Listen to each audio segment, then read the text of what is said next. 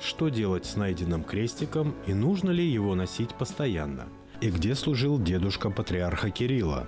Об этом и не только вы узнаете в программе «Дорога к храму».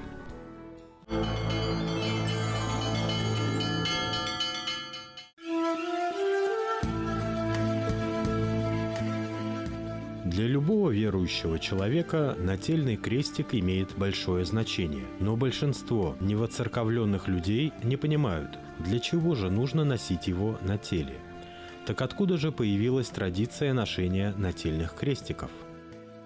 Мы знаем о том, что до 313 года в Римской империи, в восточной ее части, шли жестокие гонения, и ношение креста на себе было просто невозможным. Когда гонения стихают, то люди начинают носить на себе некие амулеты с изображением агнца, символизирующего закланного агнца, Христа, принесшего себя в жертву. Изображение Спасителя, сидящего на троне, некоторые другие изображения. Именно крест упоминается примерно с IV века. В трудах Иоанна Златоуста есть такие слова.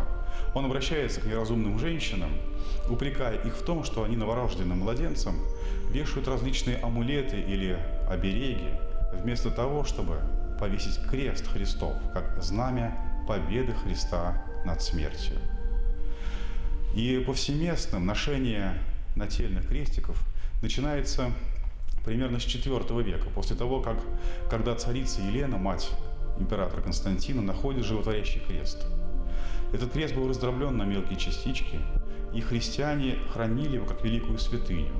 Вкладывали специальные небольшие ковчежцы, то, что сегодня мы можем назвать мощевики, и носили на шее в этих небольших коробочках. Это и было впервые прообразом ношения креста на себе.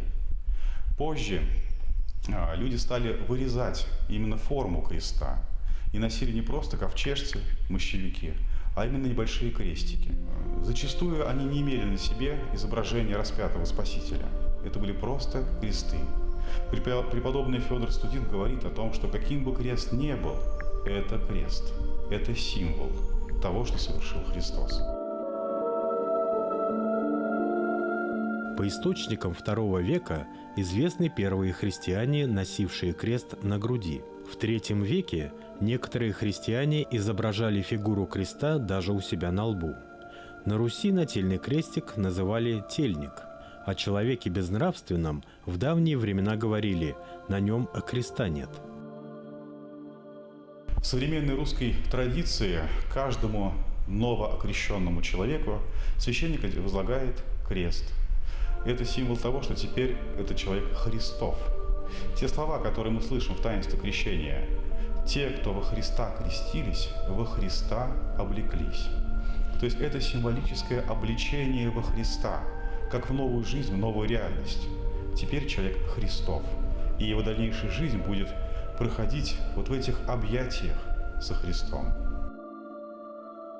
В священных писаниях праведного Иоанна Кронштадтского говорится, что крест всегда для верующих есть великая сила, избавляющая от всяких зол, особенно же от злодейства невидимых врагов.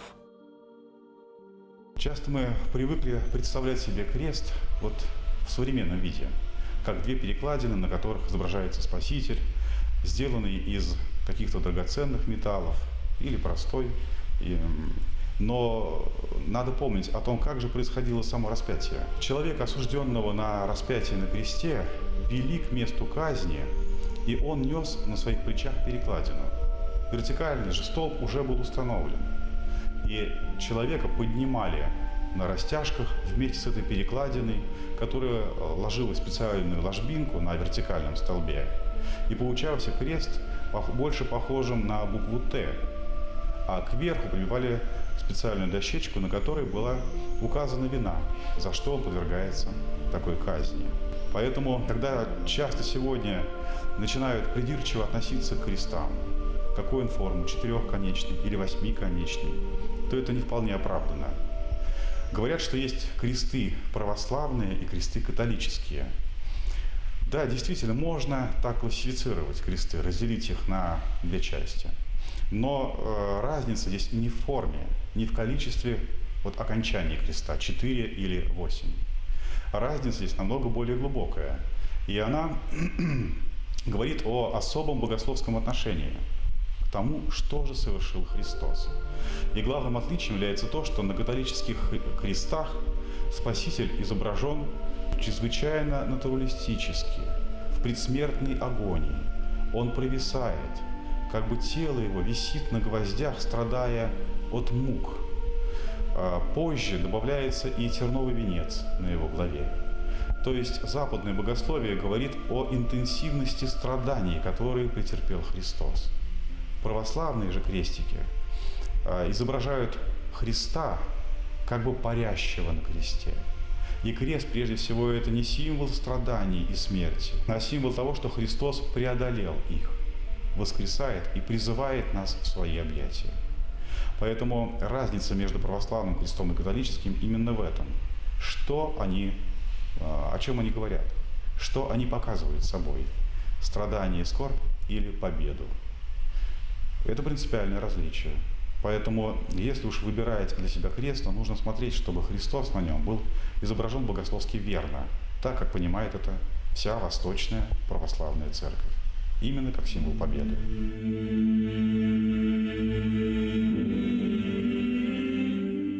Великие русские старцы советовали, что надо всегда носить нательный крест и не снимать его никогда и нигде до самой смерти. «Христианин без креста, — писал старец Савва, — это воин без оружия, и враг может легко одолеть его. Нательный крест потому так и называется, что его носят на теле, под одеждой, никогда не выставляя наружу. Снаружи крест носят только священники. Это не означает, что нательный крест необходимо скрывать и прятать при любых обстоятельствах, но все же нарочито выставлять его на всеобщее обозрение не принято». Когда человек вынужден снять крест по каким-то причинам, может быть, в связи с какими-то медицинскими процедурами, некоторые профессии предполагают отсутствие на шее чего бы то ни было, в том числе и креста, это не будет являться грехом. Здесь важен мотив, почему человек его снимает с себя. Или из-за стыда, или из-за страха перед гонениями или мучениями, или это необходимость, и человек, может быть, с горечью его с себя снимает, для того, чтобы потом при первой же возможности вновь одеть на себя. Мы знаем о том, что в древней коптской церкви, когда были сильные гонения, христиане там крестов не носили, не было подобной традиции. Они делали себе небольшие татуировки на руках в виде креста, чтобы даже если их схватят мучители, и они будут отрекаться, эта вот татуировка символизировала о том, что они христиане. Поэтому все-таки православие оценивает не сам поступок, а мотив. Почему человек совершает то или иное. И, конечно, современные православные христиане должны носить на себе крест для того, чтобы быть свидетелями того, что Христос пострадал, умер на кресте и воскрес. Нательный крест – это не ювелирное изделие. Как бы красив он ни был, из какого драгоценного металла он не был бы сделан, это в первую очередь символ христианской веры. Сегодня крестики продаются и в храмах, и в ювелирных магазинах. И традиционно, если они куплены вне церкви, их приносят на освящение. Священник читает особую молитву, в которой просит, чтобы Господь благословил каждого, носящего на себе это крестное знамение, оградил от козней дьявольских. То есть освящает труд человеческих рук для того, чтобы и изображение креста было символически посвящено Богу. И человек, который принимает освященный крест, должен хранить его как великую святыню. Существует множество суеверий, связанных с нательным крестиком, о том, что нельзя его терять, дарить, поднимать потерянный кем-то крестик или носить его на цепочке. Все эти поверья не имеют никаких оснований. Бывают случаи, когда можно найти крест на улице, на дороге, кто-то обронил или потерял его. И если этот крест нравится человеку, нашедшему, и нет возможности вернуть его хозяину, то его можно носить. Можно помыть его, почистить, привести его в нормальное состояние. И если есть сомнения какие-то, можно вновь принести его в храм для освящения. Один и тот же крест не освящают по много раз, но если есть сомнения, был ли он когда-то вообще освящен, то лучше его осветить вновь. Есть предубеждение, предрассудок такой, что если бы кто-то носит чужой крестик, как бы берет на себя его страдания, как бы его крест возлагает на свои плечи, то это предрассудок. Иногда люди обращаются с вопросом, а можно ли носить крестик какого-то умершего человека? Если он выполнен из драгоценных каких-то материалов, то, конечно, можно. Крест остается символом. Он не привязан к судьбе какого-то человека. Зачастую здесь масса суеверий, которые необходимо преодолевать. Важно помнить самое главное. Крест – символ победы над смертью. Крест – это великая христианская святыня. Мы можем услышать в церковной службе слова о значении креста для верующих. Крест – хранитель всея вселенной, красота церкви, царей держава, верных утверждения, ангелов слава и демонов язва. Ни в коем случае к крестикам нельзя относиться как к каким-то амулетам или оберегам. Крест не спасает сам по себе.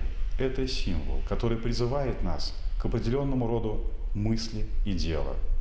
Поэтому, когда человек надевает на себя крест, думая, что этого достаточно для его благополучия, спокойствия, для успешных каких-то свершений, то это, конечно, неверно. Крест, еще раз скажем, это символ. Крест – это реальная сила. Им совершались и совершаются многие чудеса. Но непреоборимым оружием и всепобеждающей силой крест становится лишь при условии веры и благоговения.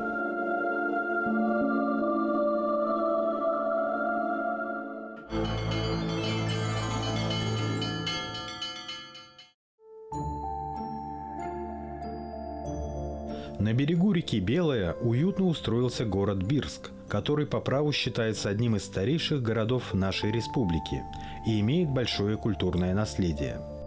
А храм Архангела Михаила без преувеличения можно назвать сердцем Бирска, поскольку построен он на месте, с которого и начинался город. Михаило-Архангельский храм был основан еще в XVI веке, за 110 лет до официального основания города Бирска. На месте сейчас находится каменный храм, раньше располагался городок Челядь по фамилии одного из бояринов. Также есть и второе название было городка, как Архангельский.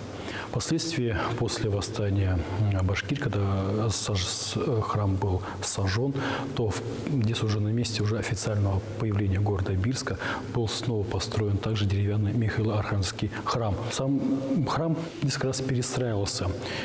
Да, и последний деревянный храм, который был таким настоящим, был построен уже только в конце XVIII века, также после Пугачевского восстания, который был сожжен, и уже на иждивение генерала Языкова был снова отстроен. Но в середине XIX века, когда был построен Свято-Троицкий собор, епархиальное начальство решило, что храм необходимо разобрать и передать в село Ямашево Бирского уезда. Ревностные прихожане Михаило-Архангельского храма решили, что на месте разобранного храма необходимо построить также каменную церковь. И благодаря пожертвованиям купцов Серебряковых и Балаевых храм был воздвигнут уже в сегодняшнем, так сказать, в современном варианте. Строился храм с 1842 по 1845 год на Галкиной горе. Храм был освящен в 1847 году. Храм действовал до 1936 года, и в годы революции, гражданской войны он оставался действующим, и только, повторюсь, в 1936 году был закрыт. И в 1945 году был снова открыт по решению советских властей по просьбе жителей города Бирска, в которых было собрано около 500 подписей. Михаило-Архангельский храм оставался единственным в северной части Башкирии, который не закрыли советские власти, с небольшим перерывом, пережившим все страшные события XX века, и являлся центром духовной жизни региона в период СССР. После закрытия храма, к сожалению, храм относится, так сказать, к учреждению НКВД. В храме осуществлялись приказы по расстрелу, так сказать, контрреволюционеров, тех, кто не были согласны с советской властью. И на территории храма многих после расстрела, принесенного приговора, здесь же их захоранивали. Об этом стало нам известно после уже реставрационных работ, когда проводились на территории храма. Было множество найдено останков погибших людей, и потом в память их у нас здесь на территории храма теперь находится так общая братская могила. В 1937 году большевики устроили в храме зернохранилище, а колокольню снесли, чтобы грузовикам было проще сваливать зерно. Но уже в 1945 году стараниями местного священника Гавриила Желвицкого храм вновь был открыт для прихожан. Храм находился в плачевном состоянии. Протекающая крыша, выбитые стекла и прогнивший пол. В 20 веке была разрушена колокольня, и только вот в 2016 году храм снова приобрел новый вид, как бы первозданный вид, который был до разрушения.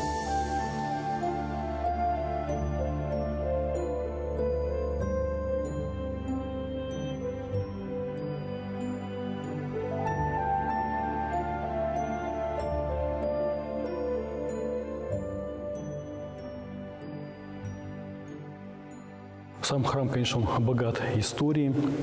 Я вам уже говорил об генерале Языкове, который благодаря его иждивению храм был воссоздан в конце XVIII века, и им же были подарены очень драгоценные иконы, которые ему подарила, в свою очередь, императрица Екатерина II, которая была ему крестной матерью.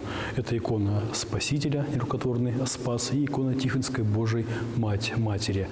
К сожалению, Тихвинская икона Божией Матери в истории, так сказать, исчезла, и нам неизвестны исторические данные, и также нам казалось, что исчез икона нерукотворного Спаса. Но недавно, весной, когда мы отдали одну икону на реставрацию Спаса, то обнаружилось, что за непрофессиональной работой иконописца обнаружилась совершенно другая икона, также нерукотворного Спаса. Уфимские иконописцы эту икону восстановили, и у нас есть основания полагать, что таким образом икона была спасена, которая была подарена генералом Языковым горожанам города Бирска, Михайловский храм.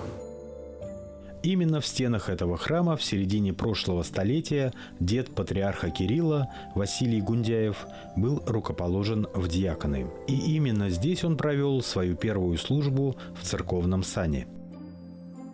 В июне 2015 года святейший патриарх Кирилл приезжал в город Бирск и впервые в истории башкортостанской митрополии провел в Михаило-Архангельском храме богослужение. Также в храме прозвучал молебен за здравие всех присутствующих и строителей, вдохнувших новую жизнь в Божий дом. Я с особым чувством вступил под свод этого храма. Знал о его существовании от своего деда. Это было первое место его служения после рукоположения в Уфе. А прибыл он сюда, в Башкирию, потому что не имел права не жить в других местах, в том числе и там, где жили его дети, и даже у себя на родине не имел права жить, потому что более 20 лет нес многие страдания. Будучи за веру православную, не единожды заключенным в тюрьмы и отправлен в ссылку. И вот здесь, на этой земле, которая стала для него родным, осуществилась его многолетняя мечта, он стал священнослужителем. И поэтому всегда с особой теплотой вспоминал Башкирию, ставшую для него родным домом. И первое место служения в сане диакона было здесь, в этом храме. Я сердечно благодарю вас за то, в каком состоянии сейчас этот храм. Всех тех, кто приложил к этому свою душу, разум, руки, материальные средства. И храм в замечательном состоянии, и все, что вокруг храма. И все это, конечно, свидетельствует в первую очередь о живой вере людей. Если бы храмы Божьи не нужны были народу, то никто бы их не строил, никто бы их не реставрировал. И вот эта эпоха, страшная эпоха разрушений святыни на нашей земле, она бы не прошла так скоро, так быстро, как она прошла в наше время. Возрождение Отечества нашего, духовное возрождение, это есть явление, которому нет аналогов в истории. А это значит, что мы с вами свидетели совершенно особые эпохи. Мы живем с вами совершенно особое время. Время, когда буквально из небытия, из разрушения, из осквернения возродилась Церковь Русская Православная. И люди снова получили возможность молиться Богу. Недавно у нас совершилось большое событие. 5 июля по благословению Преосвященнейшего епископа Бирского и Белорецкого Спиридона был освящен великое освящение храма после реставрационных работ, которые проводились в 2016 году к приезду патриарха. Великое освящение было совершено митрополитом Уфимским Никоном при стечении множества духовенства и горожан города Бирска. Теперь в этом храме мы уже, так сказать, по традиции можем не только совершать богослужение, божественную литургию, но и при полном освящении храма правящий архиерей здесь уже имеет право рукополагать в священный сан лиц, желающих принять стать священниками или диаконами. Сейчас в Михаило-Архангельском храме находится много святынь, к которым постоянно приезжают поклониться не только местные прихожане, но и паломники из разных уголков мира. В нашем храме находится несколько таких главных святынь. Это икона Божьей Матери умиления или плача Божьей Матери, которая сохранилась в советское время после разрушения храма близ села города Бирска, села Гребени. Так мы ее называем. Гребенская икона Божьей Матери. Она примерно где-то 17 века, эта икона. Вторая икона, которая у нас стала для нас неожиданностью, открытая, это икона Спаса Нерукотворного, которую мы надеемся, что это именно та икона, которая была подарена императрицей Екатериной II. И третья святынь – это у нас хранится частица ризы Божьей Матери со святой горы Афон.